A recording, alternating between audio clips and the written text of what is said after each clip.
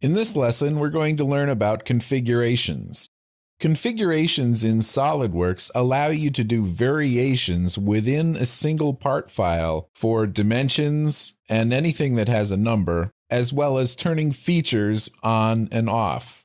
There are some additional examples, but those are the two main things that you can control with configurations: dimensions and turning features on and off. Let's get started with a simple example. We've got a rectangle, one of our favorite parts here. You can demonstrate just about anything with one of these. So let's make this dimension 2 and this dimension 3. And now we'll extrude this to thickness of 1. Configurations are kept in the Configuration Manager, which is the third tab in the Feature Manager area.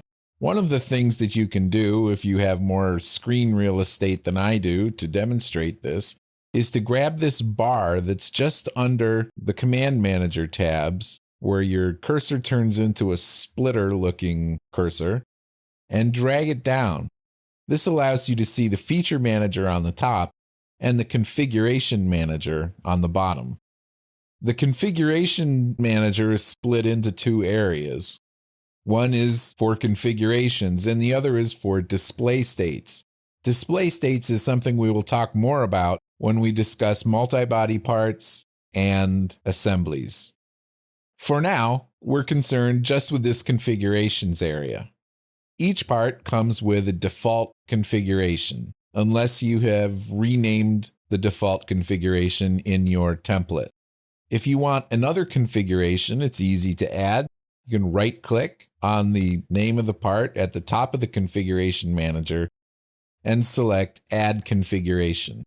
Now, when you're adding a configuration, there are several things to consider. Let's go through some of these.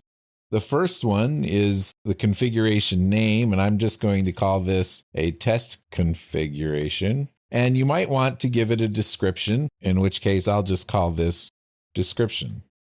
Many times a comment can be useful, especially if somebody else has to come in behind you and understand what you've done. The Bill of Materials panel allows you to assign a name that will be used when this particular configuration shows up in an assembly that you're getting a bill of materials from. There are several different types of information that you can use in the bill of materials. The document name, that's the file name. The configuration name, which we just established up here as test configuration, or a user-specified name.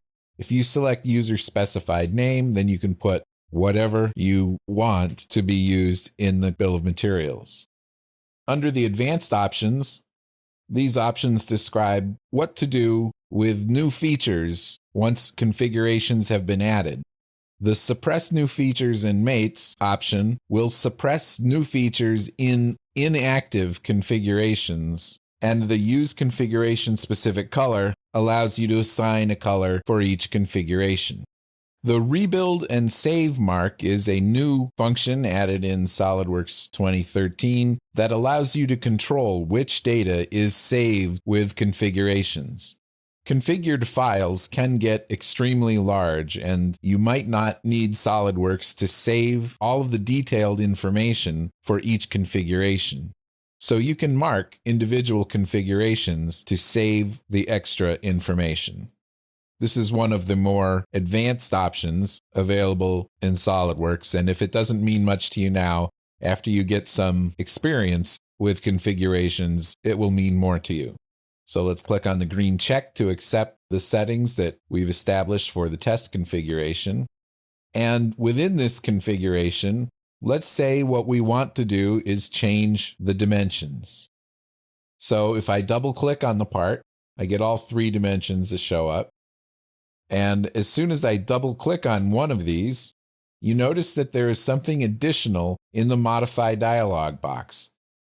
And that's this dropdown. When I make a change to this dimension, let's say I want to make it 2.5, I can assign whether I want this change to be for this configuration only, for all configurations, or for specified configurations. In this case, I'm just going to say this configuration only. Then I'll hit rebuild. I'll get out with the green check. And now I'll change configurations back to the default configuration. Notice that the model goes back to the original 2-inch dimension. When I reactivate the test configuration, again by double-click, I get the 2.5-inch dimension. So let's demonstrate turning features on and off. These are the two main aspects of configurations. First thing I want to do is open a sketch on this face, and I want to use the offset command, offset to the inside by a certain amount, and then make a cut that goes that deep. If I go back to the default configuration, remember that we set in the options what to do with new features and inactive configurations. Remember that the new features would be suppressed in the inactive configuration. So when I go back to the default configuration, this new cutout should disappear. All right, so the default configuration has the original dimensions without the cut, and the test configuration has the new dimension with the cut. These are the basic tools that we use in driving configurations.